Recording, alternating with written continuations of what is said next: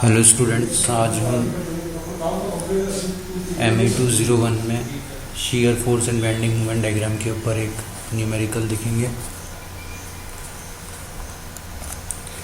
Numerical हमारा cantilever beam के ऊपर है। Draw the shear force diagram and bending moment diagram of the cantilever beam as shown in figure. तो यहाँ पर एक कैंटिलीवर बीम है। कैंटिलीवर बीम क्या होती है? कैंटिलीवर बीम होती है जिसका एक सपोर्ट फिक्स होता है और जो दूसरा एंड है बीम का वो फ्री होता है। एक एंड तो इसका फिक्स्ड होता है और जो दूसरा एंड है वो फ्री होता है। तो यहाँ पर जो ए पॉइंट है ये फिक्स है, जबकि जो दूसरा ई पॉइंट है ये फ्री है। इसके ऊपर 4 पॉइंट लोड लग रहे हैं। पहला पॉइंट लोड 500 किलो न्यूटन का, दूसरा 500 न्यूटन का, दूसरा 800 न्यूटन का, तीसरा 300 न्यूटन का और चौथा 400 न्यूटन का। इनके बीच की जो दूरी है वो 0.5 मीटर है। सारे जो पॉइंट लोड हैं इनके बीच की दूरी 0.5 मीटर है। और जहाँ जहाँ पर पॉइंट लोड लग रहे हैं इस कैंटिलीवर बीम के ऊपर, उनको हमने नाम दे दिया है। जैसे यहाँ पर ये राइट हैंड साइड से स्टार्ट करें तो जो एक्सट्रीम राइट हैंड साइड है वो ई पॉइंट हो गया, जहाँ पर 500 न्यूटन का पॉइंट लोड लग रहा है। जहाँ पर 800 न्यूटन का पॉइंट लोड लग रहा है वो डी पॉइंट हो गया। जहाँ पर 300 न्यूटन का पॉइंट लोड लग रहा है वहाँ सी पॉइंट हो गया। और जहाँ पर 400 न्यूटन का पॉइंट लोड लग रहा है वो बी पॉइंट हो गया। तो इस तरीके से ये बीम है, इसके हमको शीयर फोर्स डायग्राम ड्रॉ करना है और बेंडिंग मोमेंट डायग्राम ड्रॉ करना है। तो कैसे करेंगे इसको? हम स्टार्ट करेंगे। सबसे पहले हम शीयर फोर्स से स्टार्ट करेंगे। शीयर फोर्स में भी हम जो इसका एक्सट्रीम राइट हैंड साइड है यानी कि जो ई पॉइंट है यहाँ से स्टार्ट करेंगे। उससे पहले हम रिएक्शन देख लेते हैं, क्योंकि जो रिएक्शन है वो फिक्स वाला जो इसका एंड है वहीं पर आएगी और जो फ्री एंड है यहाँ पर कोई रिएक्शन डेवलप नहीं होगी। तो जो इसका फिक्स एंड है यानी कि ए पॉइंट है, यहाँ पर जो रिएक्शन आएगी वो टोटल जो पॉइंट लोड हैं इनका सम करेंगे हम। तो जो इनका टोटल सम आएगा वो यहाँ पर फिक्स एंड पे रिएक्शन जनरेट होगी। जैसे 500 प्लस 800 प्लस 300 प्लस 400 यानी कि 2000 न्यूटन। इन चारों पॉइंट लोड का जो सम है वो 2000 न्यूटन है। तो यहाँ पर जो रिएक्शन डेवलप होगी वो 2000 न्यूटन की होगी और उस रिएक्शन को हमने VA के नाम से डिनोट किया है। अब हम शीयर फोर्स के लिए स्टार्ट करेंगे। शीयर फोर्स कैलकुलेशन के लिए हम स्टार्ट करेंगे जो हमारा सबसे राइट हैंड साइड वाला पॉइंट है यानी कि ई पॉइंट से स्टार्ट करेंगे। तो यहाँ पर जो पॉइंट लोड है वो 500 न्यूटन का है। तो इसके कारण जो शीयर फोर्स डेवलप होगा बीम में वो प्लस 500 न्यूटन का डेवलप होगा। और ये जो 500 न्यूटन का शीयर फोर्स है ये पॉइंट डी तक कंटिन्यू रहेगा। फिर पॉइंट डी पर एक और पॉइंट लोड आ रहा है 800 न्यूटन का। तो यहाँ पर जो शीयर फोर्स हो जाएगा डी और सी पॉइंट के बीच में वो 500 प्लस 800 यानी कि 1300 न्यूटन का हो जाएगा। जो शीयर फोर्स सी और डी के बीच में होगा वो 1300 न्यूटन का होगा। इसके बाद जो बी और सी पॉइंट हैं, बी और सी पॉइंट हैं, यहाँ पर जो है शीयर फोर्स 1600 न्यूटन का हो जाएगा, क्योंकि सी पॉइंट पर एक पॉइंट लोड आ रहा है 300 न्यूटन का, तो वो ऐड हो जाएगा। तो जो टोटल शियर फोर्स हो जाएगा वो 1600 न्यूटन का हो जाएगा। 1600 न्यूटन का जो शियर फोर्स है ये पॉइंट बी तक चलेगा, फिर पॉइंट बी पर 400 न्यूटन का एक पॉइंट लोड आएगा, तो उसके कारण जो शियर फोर्स है वो और इंक्रीज़ हो जाएगा, 400 यूनिट्स इंक्रीज़ हो जाएगा, तो वो टोटल जो शियर फोर्स है वो 2000 न्यूटन का हो जाएगा। तो फिर जो बी से लेके ए पॉइंट है यहाँ पर जो टोटल शियर फोर्स रहेगा वो 2000 न्यूटन का रहेगा, और फिर ए पॉइंट पर जो रिएक्शन है वो 2000 न्यूटन की है। तो इसको हम एक स्केल अज्यूम करके मान लीजिए 500 न्यूटन का जो फोर्स है उसको 0.5 सेंटीमीटर की लाइन से दिखाएंगे, तो उसके हिसाब से 800 न्यूटन का कुछ ना कुछ लाइन की लेंथ आएगी, 300 न्यूटन की लाइन की कुछ ना कुछ लेंथ आएगी, 400 न्यूटन की लाइन की कुछ ना कुछ लेंथ आएगी। तो एक स्केल मानकर हम ये शियर फोर्स डायग्राम इस कैंटिलीवर बीम का ड्रॉ कर सकते हैं।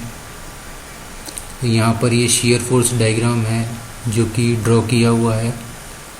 तो इस तरीके से इस बीम का शियर फोर्स डायग्राम है, हर पॉइंट पर इसका शियर फोर्स हम देख सकते हैं। इसके बाद जो दूसरी चीज़ है हमारी वो है bending moment diagram. Bending moment diagram के लिए हम ई पॉइंट से स्टार्ट करेंगे, और ई पॉइंट से जब स्टार्ट करेंगे तो ई से हम एक्स दूरी पर कैलकुलेट करेंगे पहले। तो मान लीजिए ई पॉइंट से एक्स दूरी लेफ़्ट साइड में चलें हम, तो यहाँ पर जो बेंडिंग मोमेंट होगा वो -500 इंटू एक्स होगा। At X is equals to 0 metre पे जो बेंडिंग मोमेंट होगा वो 0 होगा, यानी कि जो ई पॉइंट है यहाँ पर जो बेंडिंग मोमेंट है वो 0 होगा। इसके बाद जो x is equals to 0.5 metre है, तो जो बेंडिंग मोमेंट होगा वो -500 इंटू 0.5 यानी कि -250 न्यूटन मीटर। तो डी पॉइंट पे जो बेंडिंग मोमेंट होगा वो -250 न्यूटन मीटर का होगा। ये जो बेंडिंग मोमेंट है -500 इंटू एक्स, ये केवल डी और ई के बीच में ही वैलिड है। ये वाली जो इक्वेशन है -500 इंटू एक्स, ये केवल डी और ई पॉइंट के बीच में ही वैलिड है। मान लीजिए हमको डी और सी के बीच का निकालना है, डी और सी के बीच का निकालना है, तो उसके लिए जो इक्वेशन होगी हमारी वो होगी -500 इंटू एक्स -800 इंटू एक्स -0.5। तो -500x तो हमारा इनिशियल था ही, इसके बाद इसमें -800 इंटू एक्स -0.5, यानी कि ये दूरी हमने सब्ट्रैक्ट कर दी। x में से 800 के जो आगे वाली दूरी है वो हमने सब्ट्रैक्ट कर दी, तो -800 इंटू एक्स -0.5। तो at X is equals to 0.5 पर जो 0.5 मीटर पर जो बेंडिंग मोमेंट आएगा वो -500 इंटू 0.5 -800 इंटू 0.5 -0.5 यानी कि -250 न्यूटन मीटर आएगा। इसके बाद अगर हम at X is equals to 1 metre पे निकालें, यानी कि जो हमारा सी पॉइंट है यहाँ पर अगर हम बेंडिंग मोमेंट कैलकुलेट करें तो वो होगा -500 इंटू 1 -800 इंटू 1 -0.5 -500 -400 यानी कि -900 न्यूटन मीटर। तो at X is equals to 1 metre, या सी पॉइंट पर जो बेंडिंग मोमेंट होगा वो -900 न्यूटन मीटर होगा। तो ये जो इक्वेशन है हमारी, ये केवल सी और डी पॉइंट के बीच में बेंडिंग मोमेंट कैलकुलेट करने के लिए वैलिड है। इसके बाद हमको सी और बी के बीच में भी बेंडिंग मोमेंट कैलकुलेट करना है, तो उसके लिए इक्वेशन हमारी होगी बी और सी पॉइंट के बीच में अगर हमको बेंडिंग मोमेंट कैलकुलेट करना है ई पॉइंट से, तो जो हमारी इक्वेशन होगी वो होगी -500 into x minus 800 x minus 0.5 minus 300 x minus 1। तो यहाँ पर -500 into x minus 800 into x minus 0.5 ये तो हमारे आ रहे थे, और फिर इसमें एक टर्म और ऐड हो गई -300 इंटू एक्स माइनस 1, यानी कि 300 इंटू एक्स माइनस 0.1, यानी कि सी और ई के बीच की जो दूरी है 1 मीटर वो हमने घटा दी। वो 0.5 प्लस 0.5 मीटर यानी कि 1 मीटर हो गई। तो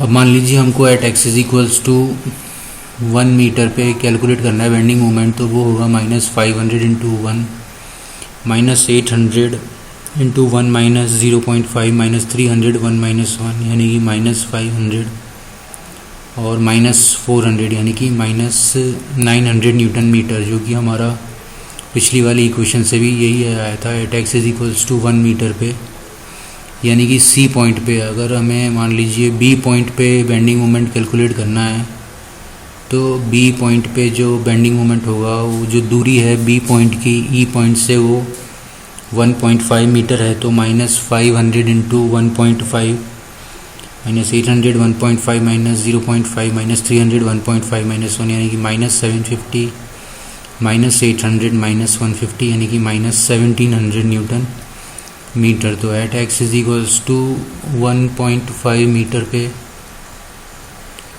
या जो बी पॉइंट है यहाँ पर जो बेंडिंग मोमेंट आया वो -1700 न्यूटन मीटर का आया। ये वाली जो इक्वेशन है ये केवल बी और सी पॉइंट के लिए वैलिड है। इसके बाद हमें बी और ए के बीच में भी अगर कोई बेंडिंग मोमेंट कैलकुलेट करना है। हाँ सर, हाँ 1 मिनट सर, प्लीज कैरी गो।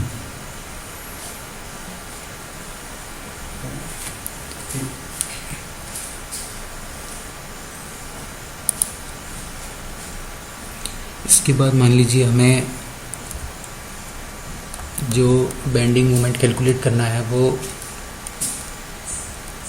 मान लीजिए एट बिटवीन बी ए और बी पॉइंट के बीच में कैलकुलेट करना है, तो -5 जो इक्वेशन होगी हमारी वो -500 इंटू एक्स होगी minus 800 into x minus 0.5 minus 300 into x minus 1 minus 400 into x minus 1.5। तो यहाँ पर एक टर्म और ऐड हुई है -400 इंटू एक्स माइनस 1.5, जो कि जो हमारा पॉइंट लोड है 400 न्यूटन, इसकी जो दूरी है ई पॉइंट से उसमें से हमने एक्स में से वो माइनस कर दिया है 0.5 प्लस 0.5 प्लस 0.5 यानी कि 1.5 मीटर। तो अब मान लीजिए हमें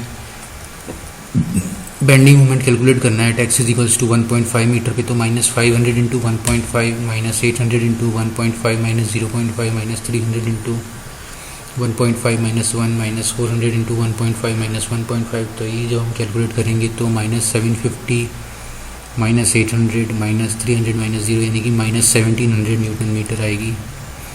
यानी कि at X is equals to B point पे या 1.5 मीटर पे जो बेंडिंग मोमेंट आएगा वो 1700 न्यूटन मीटर का आएगा।